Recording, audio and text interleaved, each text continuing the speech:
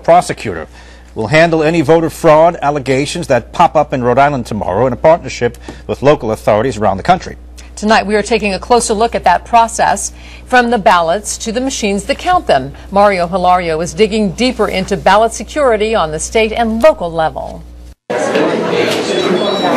This is what most of us see, voters at the polls, but it's what you don't see that's just as important. Making sure your vote is secure starts long before Election Day here at the Rhode Island Board of Elections. It's in this warehouse every voting machine is kept, more than 500 in all. Weeks before the election, they're all tested for accuracy. So we compare the totals on the master ballot against the totals on the tape to ensure the accuracy of the result. Any discrepancies are fixed and all the machines are zeroed out before they head to the polls. And it's what's inside the machines that are vital to the voting process, these memory packs that actually count the votes. As you can see, if this seal were to be broken, it would be evident to anybody. Each memory pack has a seal with a number that has to correspond with the numbered materials that go out to the precinct.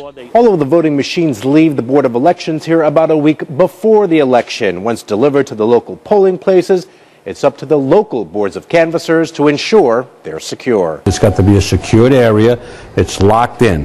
The CRANSTON Board of Canvassers chair says when the machines arrive in his district, they are kept under lock and key at each polling place until election morning. Locked up until the moderator goes there. She meets the custodian. The custodian opens up the secured area, and then the moderator, poll workers take and they set the machine up.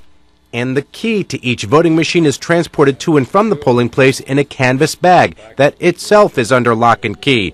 As for the ballots themselves, they arrive here at the Board of Elections right from the printer in sealed packs of 100. Precincts also count the sealed packages to make sure they've received the same number that is on the election certificate that we send out. And they're sent out along with other election supplies in these sealed boxes. The supply box has a tag on either end. The tag has a number on it.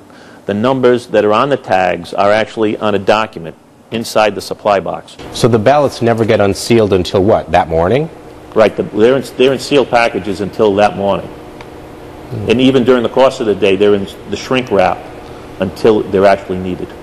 And once you cast your ballot, what happens to your vote? Remember that memory pack we showed you? At the end of the night, Comes back here immediately. They bring it back, and they bring. How do you get it back? The moderator brings it back. We set it up right there. It's put into the computer. and the ballots themselves? They're in the machine, right, and they're locked up. They're secured. They're put back in to the secure location that we were in before. And then the next morning we go double check that with the police. So why should all of this matter to you? When voters are more confident in the voting process that their ballot will be secret, they're more likely to vote.